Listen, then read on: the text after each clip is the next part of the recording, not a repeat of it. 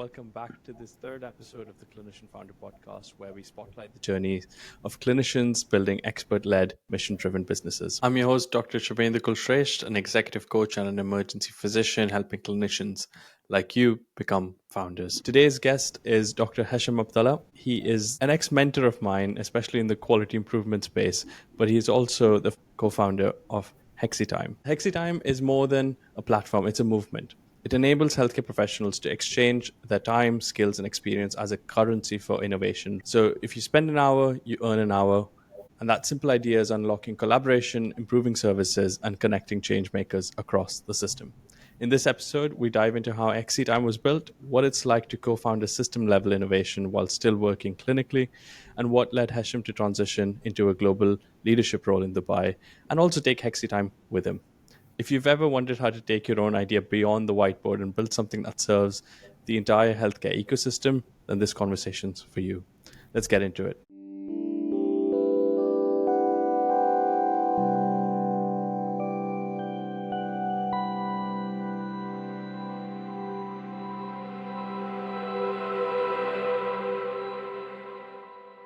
If you haven't already, follow the Clinician Founder Podcast on Spotify, Apple Podcasts, Amazon Music, YouTube, wherever you like to listen. Hit subscribe and stay tuned.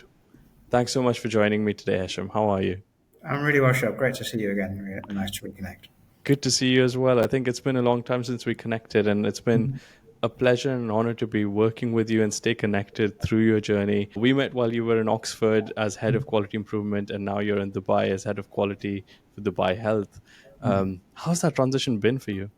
Oh, it's been amazing, Shub. Like I was saying to my son the other day, I never took a gap year before going to university, but I feel like I'm doing that belatedly now. And like with any gap year, a lot of it is about learning about yourself, which I didn't expect to be doing in my late 40s, and learning about the world, seeing things which you thought were common sense, probably only common sense because they are common and actually can be done in a very different way. And so the healthcare system here is radically different to what it is in the UK. Learning how to work with and improve that has been a really interesting and fascinating journey, particularly because I'm NHS blue-blooded. My dad was an NHS doctor, I was an NHS doctor. And so seeing this kind of mixed model of private, public working, I have to say in many ways better than the NHS works, has been a really kind of interesting kind of journey for me. And then in addition, seeing how Hexitime, this innovation, lands and develops in that different sociocultural milieu has been a really fascinating 12 months for me. Wow, I'm really curious to get into this conversation. I mean, for me, my transition is, I moved from India to the UK after doing my MBBS there and then doing emergency medicine here. For me, one of the biggest shifts was the relationship that money has, or the impact that money has on the relationship between the doctor and the patient. And really removing that protected the relationship in a way that, in my mind, was very idealistic from the perspective of us studying medicine and what the stories of medicine are all about. I'm curious how you see the shift in the way medicine's practiced in the UK versus how it is in Dubai, and then how Hexitime comes into it. So I guess the important thing is that I'm working in a governmental healthcare system. So Dubai Health is probably the closest you'll get to an NHS here in the UAE. And by that, what I mean, it provides free care at the point of care for local Emiratis, which are only 10% of the population. The other 90% are expats or immigrants. But for those other 90%, typically they will have employer-delivered health insurance. And if they're in neither of those two categories, either they're not local and get free care or have insurance-driven care, then there is a really strong kind of benefactory or charitable arm which will lean in and provide at least emergency and urgent care free at the point of care. So it's kind of the best of both worlds. It means that you've got better resources, and I've had in any hospital out of the dozens of hospitals I've worked in the UK, but it doesn't rely exclusively just on the public purse. But what does the wider web of healthcare look like beyond just the hospital in terms of pre-hospital care, GP, primary care? Yeah, and that is very much a mixed model. So it is, as you say, probably not similar to how India is, a lot of a milieu of kind of private providers, which can be really quite, I guess, ruthless in a way. I mean, I know peers of mine working in private hospitals where they are performance managed not on how effective their clinical care is, but how much they're billed at the end of the month, right? And that was not the organization or the system that I would want to work in. In fact, I've been offered posts in private hospitals in the past, which I've declined for that reason, because of that love that you and I share for public delivered healthcare systems. Thing that also ends up being fragmented. Even, and I know you're an emergency care physician, is oftentimes the ambulance services are also private providers as well. So unfortunately, my wife had an accident while she was out here a few weeks ago, and we called an ambulance. And the first question the paramedics asked me when I picked her up wasn't, is she breathing or what's her heart rate, but are you insured? And that determined possibly a lot of the decisions that were made thereafter. Wow. Okay. So there's definitely a vulnerability that you have. Okay. Wow. I hope she's okay. She is, yeah, no, she's Yeah. Okay. No, that's very interesting. The first question being insured rather than anything else really lays the picture and the groundwork for what perception and what care is like. How about we take the perspective of looking at what quality means in the UK versus Dubai, and then how Hexitime is influencing that on both sides? Yeah. I think I can't talk about quality, which I will do, without talking firstly about kind of leadership. Because as you well know, quality is determined by what leaders and leadership is focused on. I think that's an important kind of parameter. And the leadership here is a very different has a very different mindset to what we're used to in the UK. And by that, what I mean is essentially it's a monarchy here, and there's very much a model whereby the person at the top makes the decision on consultation, but it's very much a kind of top-down approach for many decision making, which kind of goes against my intuition. I'm very much, a democratic approach, shall I say, to my leadership model. But actually, what has surprised me, and one of the things that has really kind of shaken me, actually, is just see how much more effectively that can work on times. So typically in the NHS, and you and I will have seen in many of the improvement projects we were working with in Oxford, it's a lot of work trying to get all your stakeholders involved, right? I mean, the majority of your year out, I think, was stakeholder management, if I remember correctly. Yes. Whereas here, you're either at the table or you're on the menu. So to give you a more tangible example, I spent my first few weeks here speaking with the heads of the departments of the two hospitals I'm leading here, the Children's Hospital and the Women's Hospital next door. And I would speak to the departmental lead, and I would ask them the questions that you might ask them, which is, tell me a bit about your vision, what do you want to build, and where do you want to go? And they would describe it. And the next question I would ask was, so, okay, how did this then come into fruition? Thinking, maybe you need to build a business case. It needs to go to the finance director and this director and this director. They go, well, no, we just need to convince the CEO. And if he agrees, then so it's going to happen. Wow. Yeah. And I was like, certainly at the time, I'm thinking, surely this can't be right, because who's to say that he's the right person to make that call? He doesn't have to have the visions of.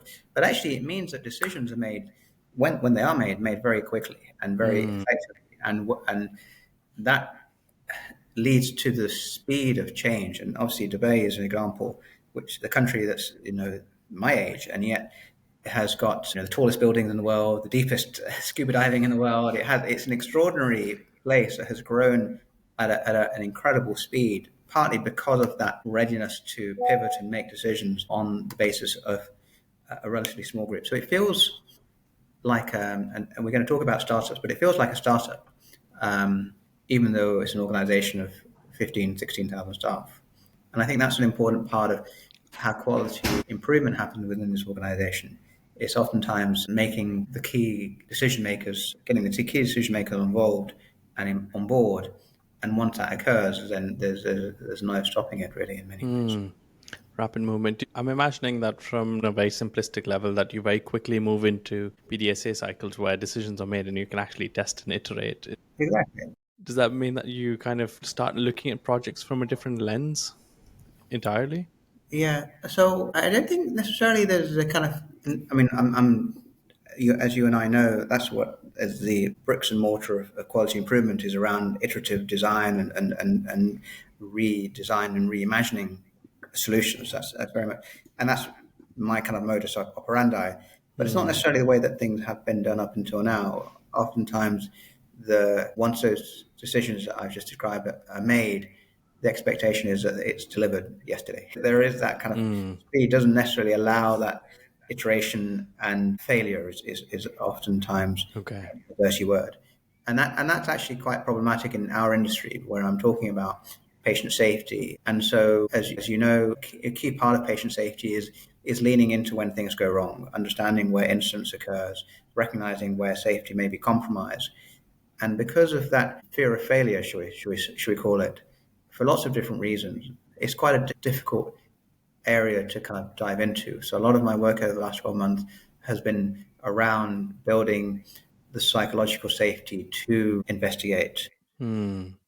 an incident, and recognizing that actually iteration is part of improvement, and it's not unexpected, it's expected. And if you haven't failed, then you probably haven't looked hard enough. And so that has been a large part of the cultural shift that I'm trying to bring into the organization. And Hexitime is a big part of that, because that is what, as we'll get into in a moment, what we're using to help give people the psychological space to ask for help, to seek self-improvement as well as quality improvement in that kind of context. But definitely there's a journey that we're going on to an organization which is very much influenced by that cultural context. My experience at Oxford working with you and working at the quality improvement kind of began and ended with, in my mind, the statement being that everything eventually is all about people.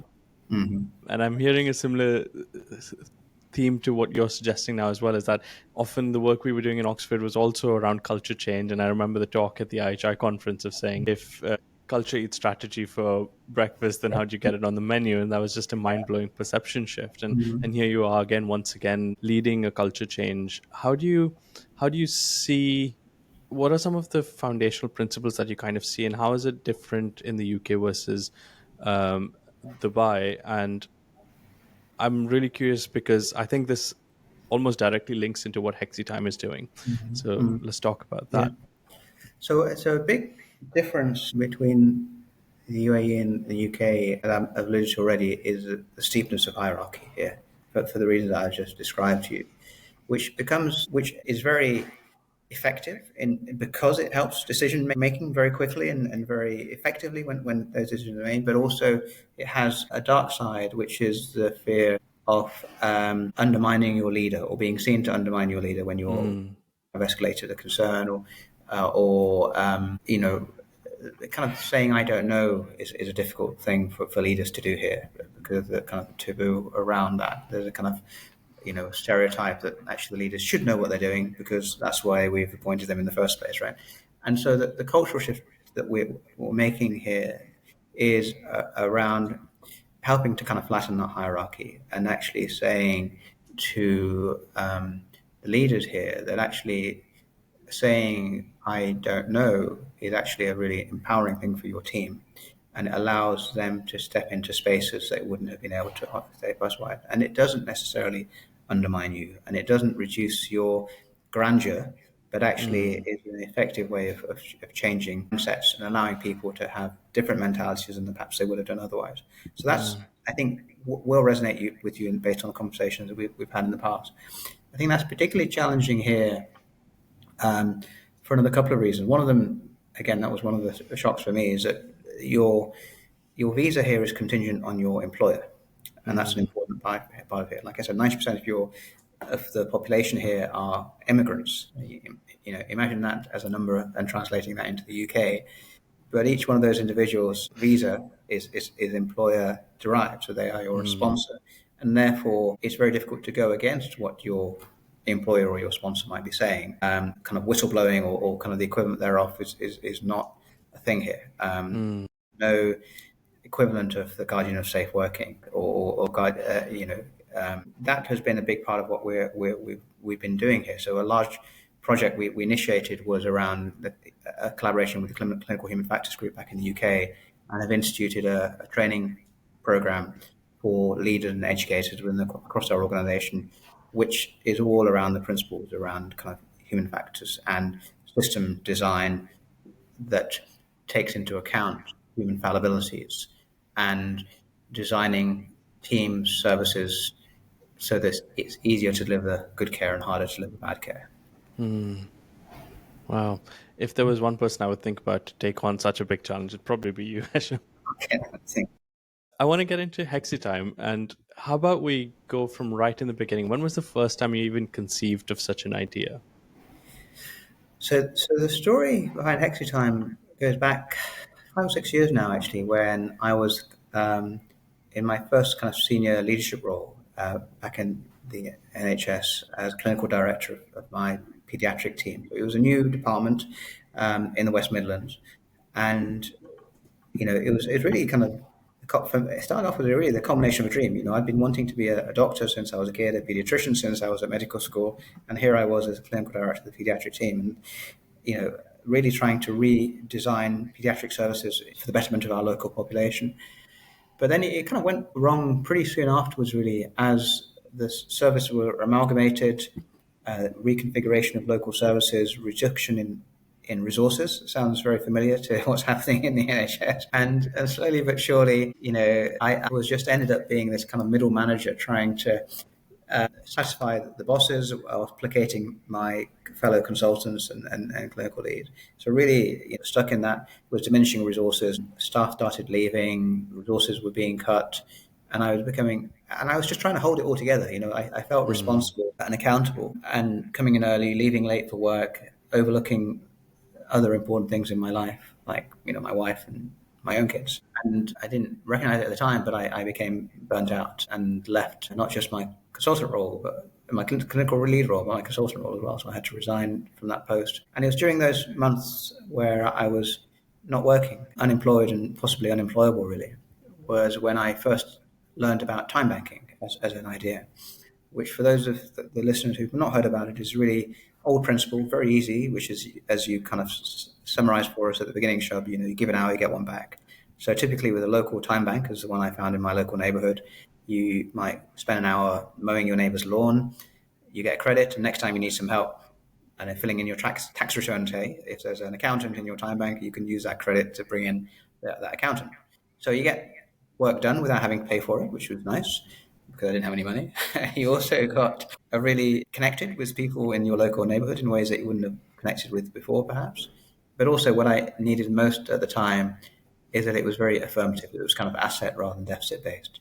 And I could see the similarities in that local time bank was my old world back in the NHS, where, again, there wasn't any money, where people didn't know who was down the corridor, let alone down the road. And thirdly, it was, everyone was depressed. It was all deficit rather than asset based. And I thought maybe if we had like a time bank for professional rather than personal services, that might help address some of the problems that had led to my kind of demise. And the other thing I thought was actually what this really achieved is it allowed people to come in to solve problems in a collaborative way that they wouldn't have done otherwise. Because there was a phrase which one of the other Hexitimers shared with me once, which I really liked, which is you can't help everyone, but everyone can help someone. There's one can do. And it was at this point that I was introduced through the House Foundation to the person who eventually became my co-founder. So John Lodge, he was a manager at NHS England at the time. He's come into the NHS through the Graduate Management Training Scheme from the British Army. And from his vantage point, his frustration was slightly different to mine. So he could see organizations that were very well resourced, others that had very minimal resources. And there was no way of moving time and money or resources from one place to another because they were all in their castles. They were all very siloed. So he was thinking of like a marketplace of some sort that allowed the kind of resources to be shared. So essentially the kind of idea of a time bank and a marketplace came together in this kind of phenomenon called Hexitime as we created it. And then the next part of the story is we pitched for some money to the House Foundation. So they have this unusual funding model whereby they offer aliquots of essentially kind of seed funding to good ideas on a yearly basis, which are voted on by members of the Q community. And so we proposed this idea, this kind of marketplace, time bank, and we were surprised enough to win it. In fact, we were the most voted for idea that year. And suddenly we had the money to put where our mouths were. But not only that, and this is the important bit, we also had a ready and willing group who could become part of that initial kind of seeding of the platform, so those Q community members. So I remember the moment, in fact, that we when we got it, it was like this kind of ecstasy and horror at the same time. Suddenly, because we had essentially accountability now, right? So we couldn't be something that just we know we had, To make it happen. we had to make it happen, exactly. So that was the motivation that drove us to make what was initially the prototype of the current Hexitime platform today. Wow, that's an exciting story and such a beautiful moment, because so many of us resonate with that early stage, and it's probably a really difficult phase because you don't really know what you don't know, and it's kind of that chartering into the unknown territory. And it sounds like you had a vision, and then you had somebody who would believe in that vision, and you got the funding. What do you think were some of the biggest reasons why you got the votes? What was the buy-in that people had within that? I think a lot of the people who essentially voted for us really could see whether their problems could be solved from it. So the beauty of Hexitime is that it's a problem-solving tool, whatever your problem is. In fact, John and I had this joke between us that whatever the question, the answer is Hexitime. If you need a data analyst, Hexitime. If you need a software designer, Hexitime. If you need Power BI, whatever. So and if the answer isn't Hexitime, then probably the question was wrong in the first place. So I think that was probably one of the appeals, and the other appeal, I guess, is that it works on this beautiful interface between automation and human beings. So as we've become more and more effectively automated on Hextime, and we're introducing more kind of AI kind of matching services onto it now, that's an important part of how healthcare is going, with kind of AI solutions. But there's a human at the end of it. It's the experience that someone can bring to bear to help translate your ChatGPT, generated solution to something that has kudos and credibility. I think is important. And added to that, and we've had thousands of hours exchanged on Hexatime now. But what's nice is when you hear the stories of people who've had exchanges, is oftentimes it's not just transactional; it's relational. I had an exchange last week, for example. I put an offer on Hexitime about my move to the UAE, and 2 or 3 clinicians picked up. But each of those clinicians, I spent an hour talking about how I got here and the governance system, licensing and everything else that would involve a clinician moving to the UAE. But those individuals are now part of my network, and I'm part of theirs. So we have, I'm sure, opportunities to connect and collaborate in the future. So that's an important part of the success of this, is that the ripples go far beyond that initial discussion, similar to the one that you and I are having. Yeah, it's such a beautiful, resonant thing. Did you kind of use SQI methodology or other methodology to conduct surveys to understand like what kind of language and where the needs were before this, or was it just that it hit the mark because you were within No, the not at all. system? No, it didn't hit the mark. Like I said, it was it's very much a prototype that we first developed, and that was through an external software provider. Who actually, an important part of this was recommended to us through members of the Q community. So the connections that you make through that is through those things what we use for it.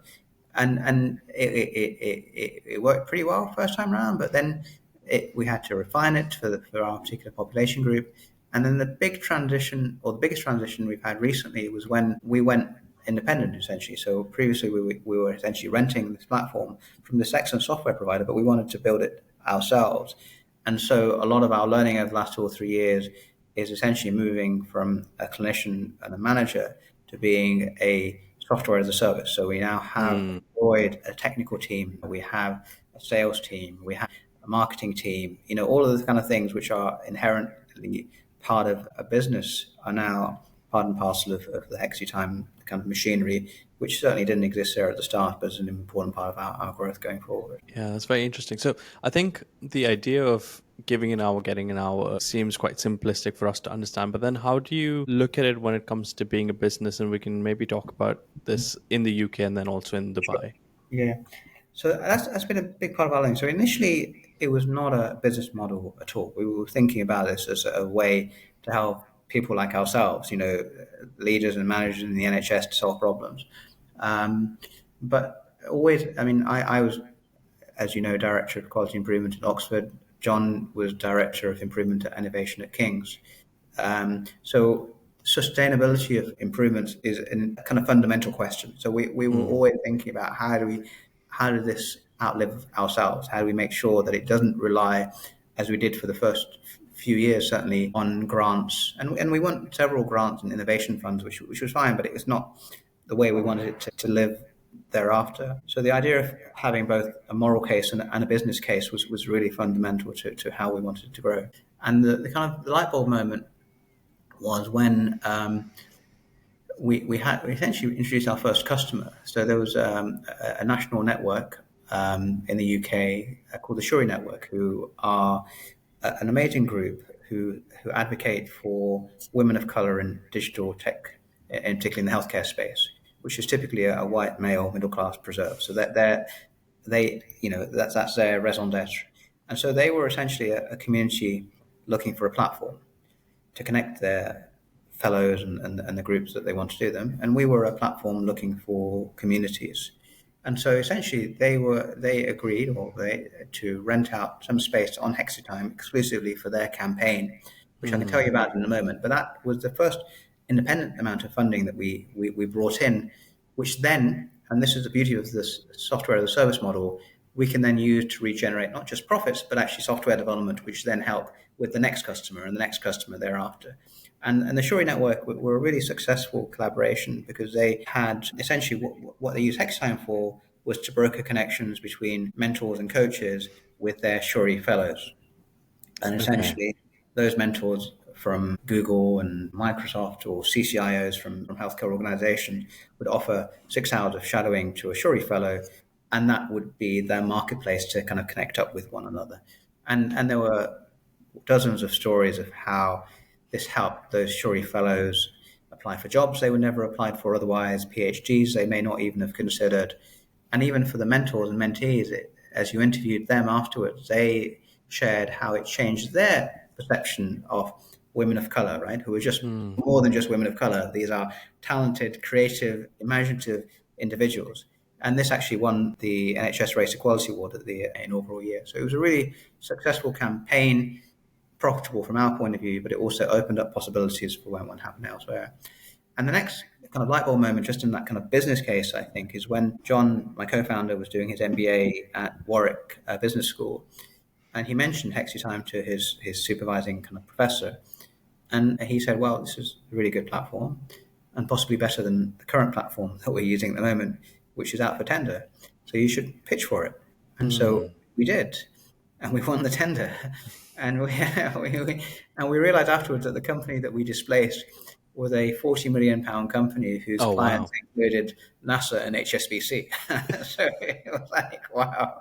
So we suddenly realized it wasn't limited to healthcare organizations, but it could go to anywhere really which is big enough to have silos, and any organization that wants to connect individuals in spaces to help them develop, but also to spread innovation.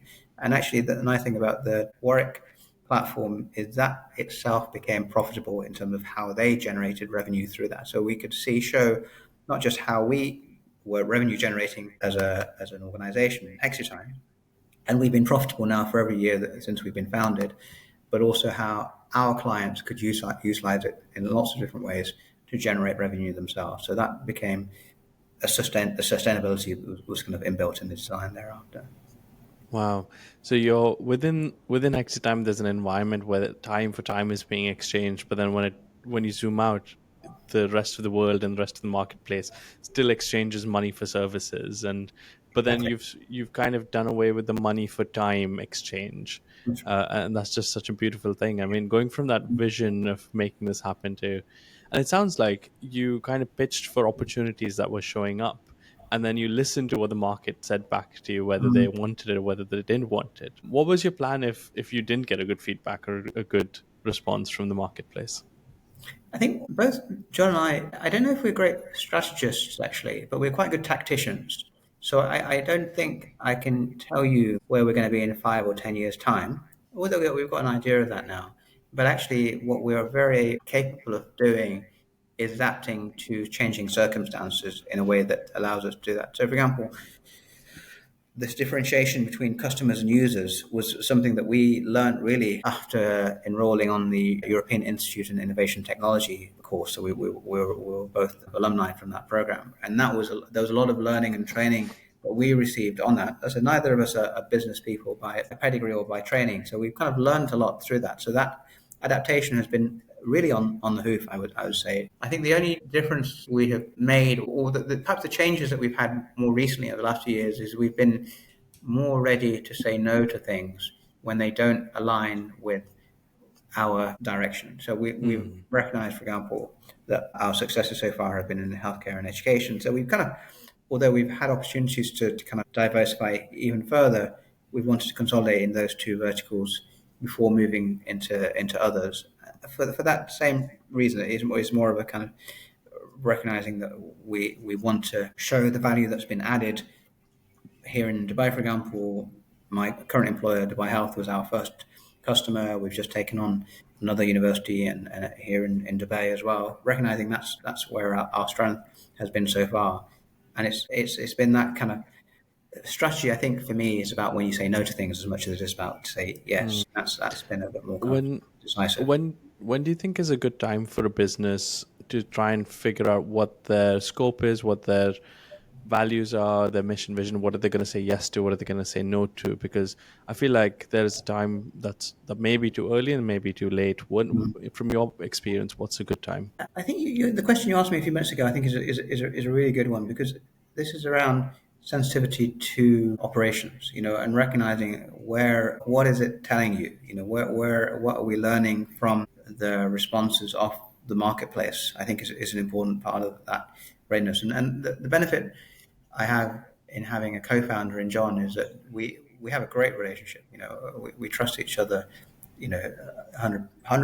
And actually, what it also allows us to have is really frank conversations that we would otherwise overlook around, decisions. So right from the get-go, and even that big decision to go from a CIC to a limited company and actually as an independent kind of software provider was based on a recognition of some of our limitations for growth, which he and I kind of concurred with. And that was, it was a big call then actually, but it was only based on a frank and a really quite honest discussion about what we were doing and what we could be, and what we needed to happen to generate that.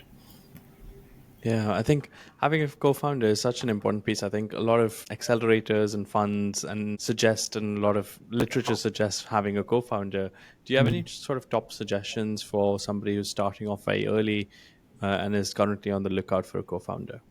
So what I could say I found in John as my co-founder, which I think has really helped us, so I can talk about some of his assets, is that his reliability. Perhaps you might expect that as ex-military. When he says things, he'll do it, and I try to do the same. So that, I think that readiness to do that, I think, is important, or that kind of confidence in each other, I think, is an important feature that you would be looking for.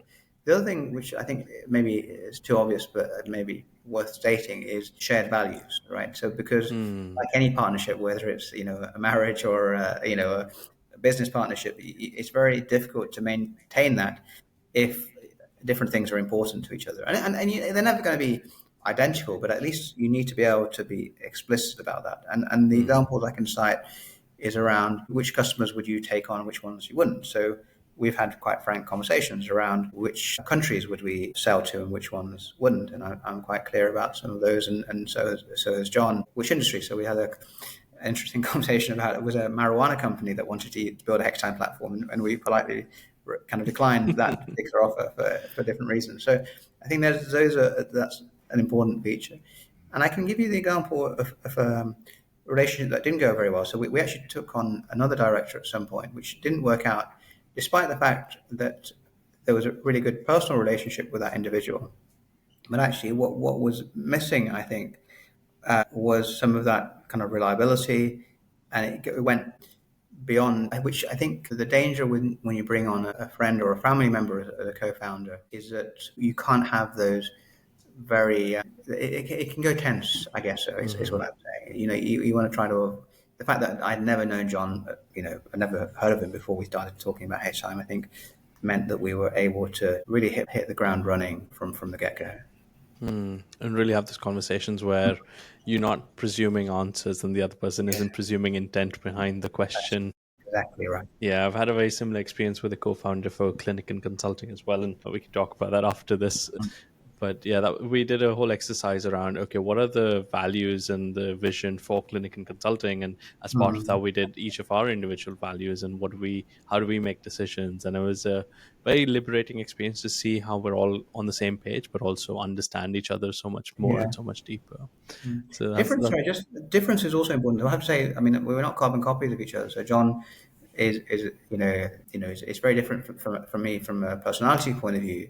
But I think that in itself is a benefit because he'll see things that I won't.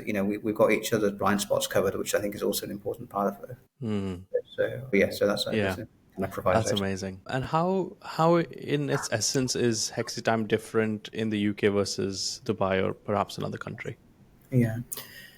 So so far outside the UK, we've got customers here in Dubai in the UAE, and we've taken on customers in the US as well. And what we've noticed is the cultural context that Hexam lands is really decisive when it comes to how the kind of the flavor of it. And I'll use the Dubai example because that's probably the one that most resonate with me, which is, as I've already told you, there's a very strong hierarchy here.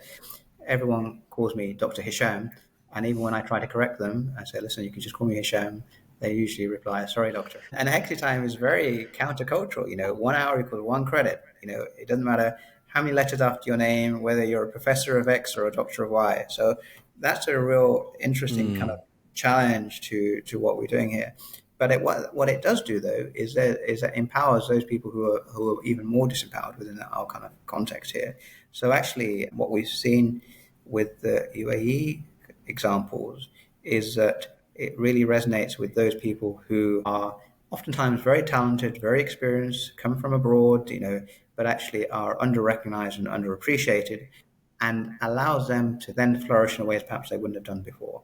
And that oftentimes is around entrepreneurship, ideas, design, in very much the side hustle kind of scenario that you love, Shub. That it means that you can be your full self on Hexitime, which would otherwise be taboo in your kind of normal kind of working environment. So it's been a really I would say liberating kind of model here, perhaps beyond what we would be getting even in the UK. And if I'm thinking even from the lens of a visa and limitations around, my duty is to my employer, Yeah, and yet I do want to help the world with a couple of the other skills, and I don't want to do it all the time. That's not my employment, but I do want to be able to offer those services as help to others and still be remunerated for it. And I yeah. guess having my time back is a beautiful thing. That's right. Yeah, very good point. Because actually here, as opposed to in the UK, you can't have a fully employment elsewhere. Whereas this is very much part of that kind of Yeah. grey market. Absolutely. And it's really interesting for me as well. I love it when stories come full circle. And as we were starting, you talked about how the idea came to you during the time of your own burnout and a system that was really struggling and really failing. And you've brought a new tool and a new language to the transaction of value within that system. I can only imagine that it's gone and done many folds benefit in reducing burnout and helping other people kind of make the change that they've been looking to make. Do you have any favorite top stories that you would want to share with us? Oh, so many, so many. It's just this has been one of my delights actually. As you get into each of one of these Hexitime stories, there's so many examples of how they have been unintended beneficiaries. I'll share with you a few kind of blog posts after we finish here, which perhaps you can share. But one of the things I really love is firstly that the individuals themselves, and how they're benefited. So a classic response that I have when I mention Hexitime to people, when I talk to everyone about Hexitime, is what can I possibly give? I am only a nurse Doctor. or a junior doctor or whatever, whatever they be. Yeah, exactly. And but that really, when then you ask them, okay, so what are you passionate about? What really gets your juices flowing? It really it opens up possibilities. And a nice example of that was when I asked that question to a nurse. Her passion was poetry, and she read to me a poem she'd written when she'd been redeployed to ICU during COVID, and that made me cry. Actually, it was a really moving poem. And I said, listen, everyone needs poetry. Why don't you post that as an offer on Hexatime? And so she did. She put on poetry masterclasses for your clinical team on Hexatime, where she would talk people through poetry writing, and she'd earn her Hexatime credit through Wow. that. and then use those credits to get her own professional development in other ways that she might want. So it was just a really lovely example of really her bringing her full self onto the platform in a way that really helped liberate others. And it's the kind of the ripples from there which then kind of throw. And the nice thing about Hexitime, because of this credit system, is that every exchange is timestamped. So we were able to draw really quite sophisticated social network maps of how people have connected on the platform, where at these hours of exchange. And when you kind of zoom out, you see sometimes the exchanges have occurred and sometimes return back to the initial provider of the exchange. Never have known that how it had been passed forward.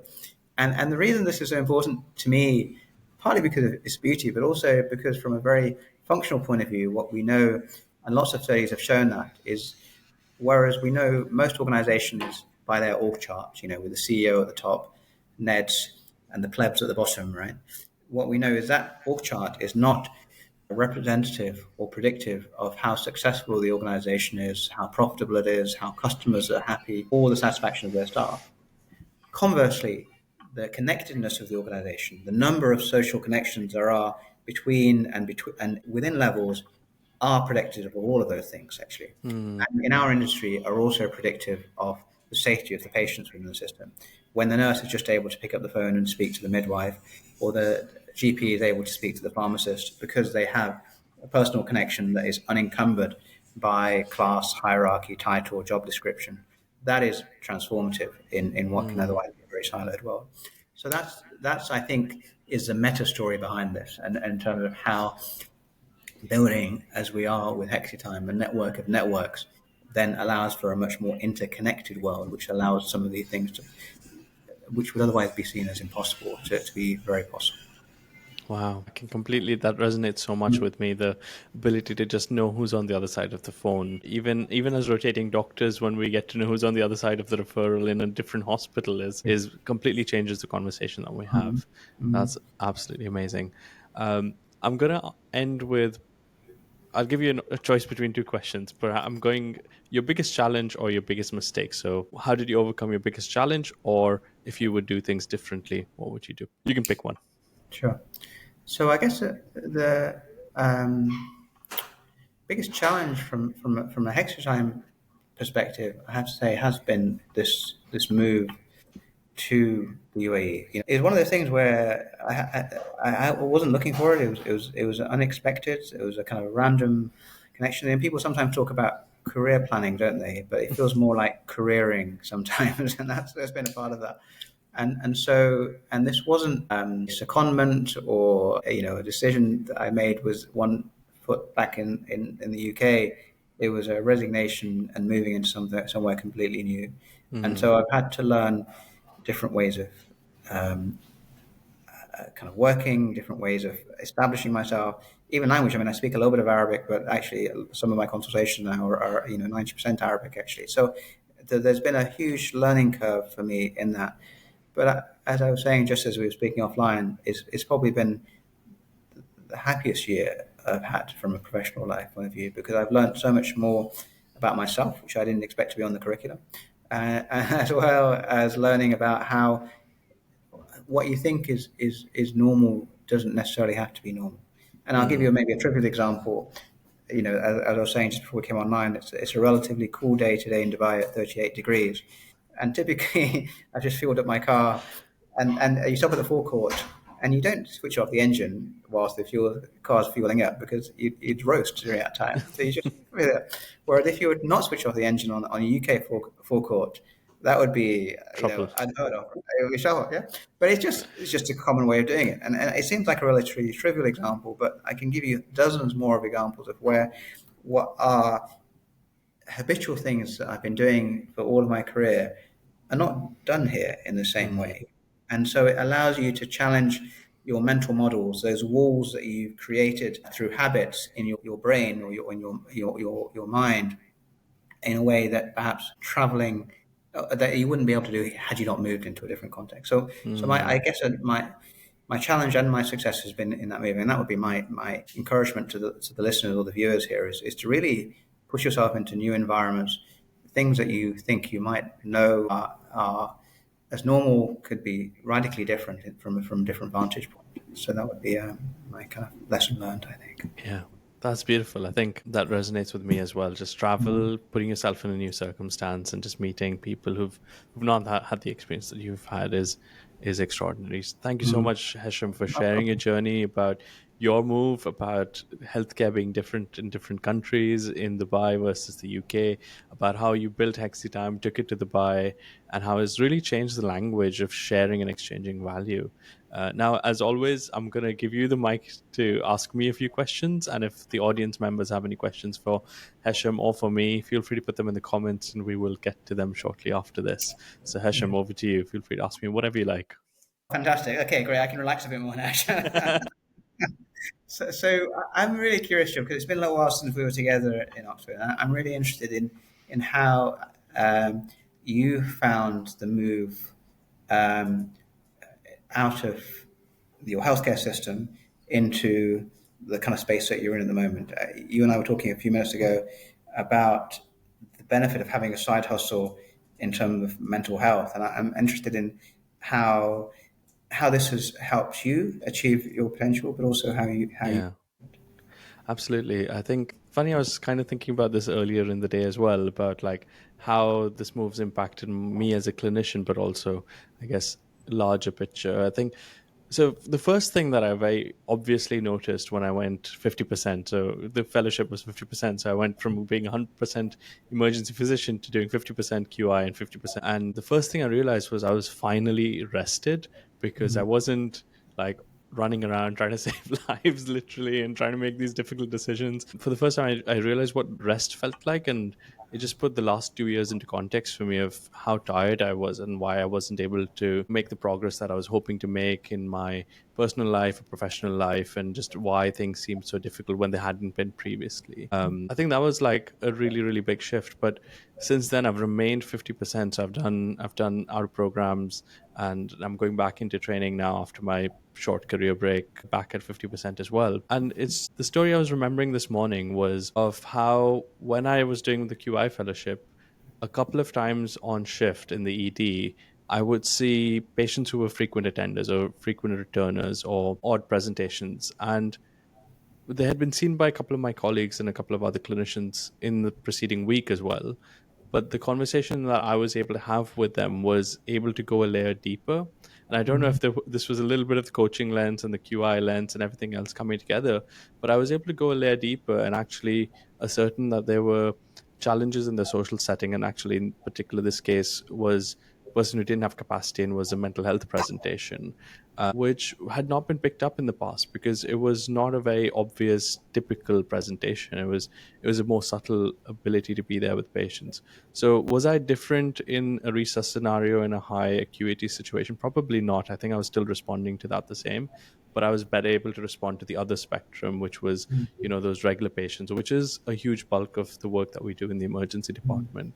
So quite immediately, I started to recognize that I was afraid I was going to get de-skilled and not be able to do this as well. But it actually made me a better clinician, and I had more time to reflect and study and learn and be prepared for the job that I was doing, because I think it is really serious work that we do as doctors. So I think that was one big shift. And then the second one, which I think I'd probably always been craving, and for some reason I decided to run away from business this whole time, but was this element of independence and creativity and, just being able to do what I want to do without, I guess, similar to what you've described, having too many decision makers in the picture and bureaucracy and rules and regulations, and just be able to think out of the box has been really freeing for me. And it reduces the frustration I have with the system when I go back to clinical work. So I think that's kind of how the experience has been for me. Well, fascinating. And I think, definitely that certainly resonates with me, Shub. And that final point you're making there around, when you're not reliant on others to make decisions because you are a decision maker, what other kind of businessmen have told me in the past, and I wondered if it resonates, if it's true for you as well. Does that increase? I mean, the vulnerability that you have with that. How do you manage that? And because when you're 50%, presumably you're 50% less salaried during that Yes. time. And so how do you recognize, how do you manage that risk, I suppose, in terms of recognizing that your income is that much less assured? Yeah. So the phrase that's coming to my mind is that I think there was a coaching conversation a long time back where the sensation of anxiety and the sensation of excitement are actually the same. It's just how you phrase it in your mind. So the risk and the anxiety is converting to excitement.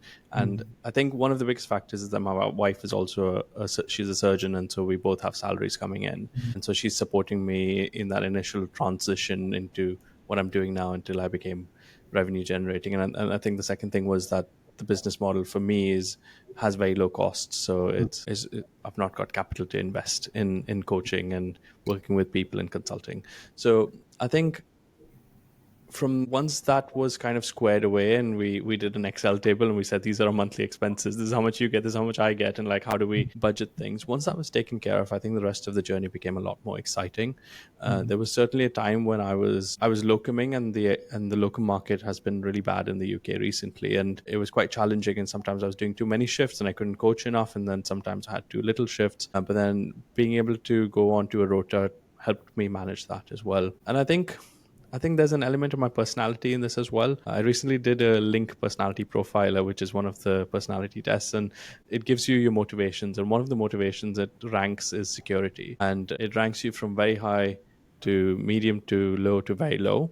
And for me, the sense of security was very, very low. So I'm an outlier in that sense, that I don't need a lot of security to make that decision. And I think it's just my upbringing of having moved city to city a lot, from country to country a lot. So if I don't know where I'm heading into, I'm okay with that as long as I've got a structure to manage it. And very reflective of how I am in the emergency department as well, quite comfortable with ambiguity and comfortable with not knowing what's next and not knowing where this is taking me. So for some reason, it just feels like it's all fallen in place and been the right decisions.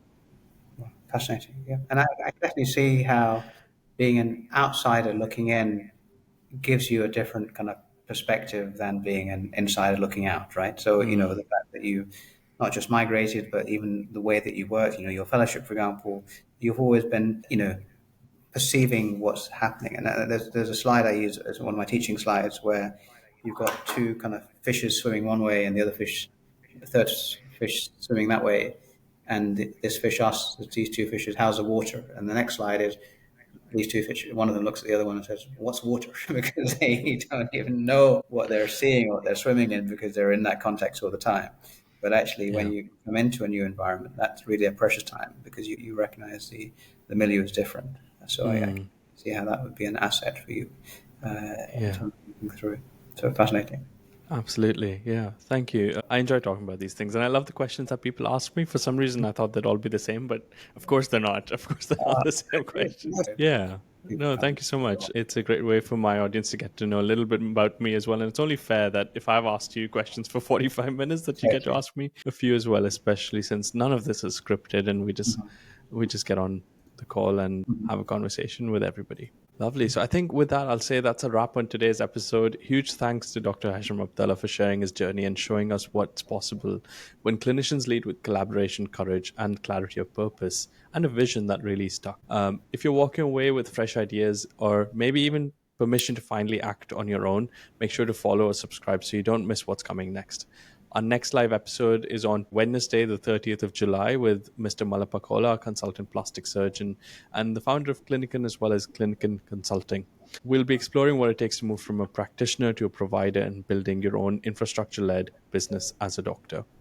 Once again, a very special thanks to Dr. Akash Vijayan for producing the beautiful intro music, especially for this podcast, which will be present on the recordings on Spotify and all of those other platforms. Until next time, stay curious, keep solving big problems, and remember, you have the power to create something extraordinary. See you soon.